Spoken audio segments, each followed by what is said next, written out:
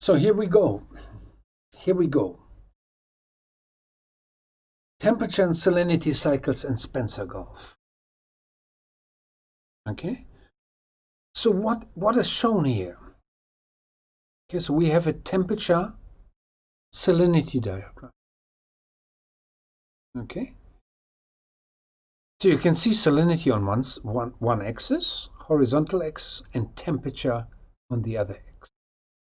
So what's shown here are the seasonal cycles. These are monthly data at fixed locations. So for example, here in the middle, okay, we are at Wallaroo, which is 160 kilometers away from Port Augusta. And every month we work out, we measure or we predict. One is measurements, one is model predictions. We get the temperature and salinity value and we plot it. And we do that for a full year. And then we get a cycle. So at this location in Wallaroo, you can see that the temperature varies between 12 degrees in winter, 24 degrees in summer. Okay, and we have two things are shown here. Blue are the model predictions and red are inferred from observations. Okay, shown also here are these contours are the density contours. Okay, you have to add 1000 and then you get the density in kilograms per cubic meter. And you can see the further you are here on the right, to the right, the denser is the water. It's heavy water. So if you are very, very close to Port Augusta, there's a region that we call Beacon 5, which is only 34 kilometers away from Port Augusta. You see that year round you have the heaviest water. Okay, it's always above. Yeah, it's above 1029 kilograms per cubic meter, and you get a seasonal cycle. Warm, cold, the salinity also changes, okay, in response to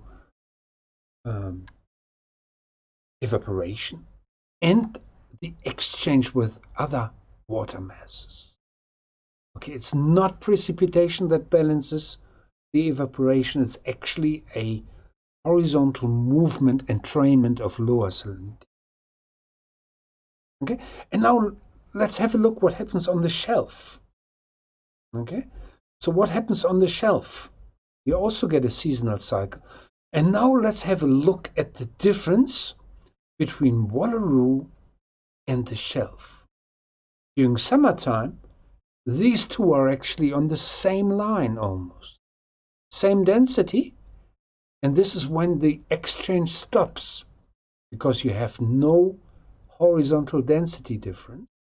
During winter, when you're on this end, you have a maximum density difference, okay, of 1, 2, 3, 4, 5 units, and this is when you create the exchange.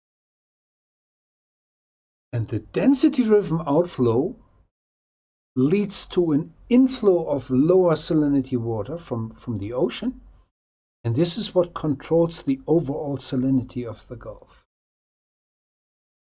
Okay, so it's a little bit tricky, but this is how you can understand the seasonal feature of the density-driven outflow. Okay, not easy, but give it a go. Have a look at this and try to understand what's happening.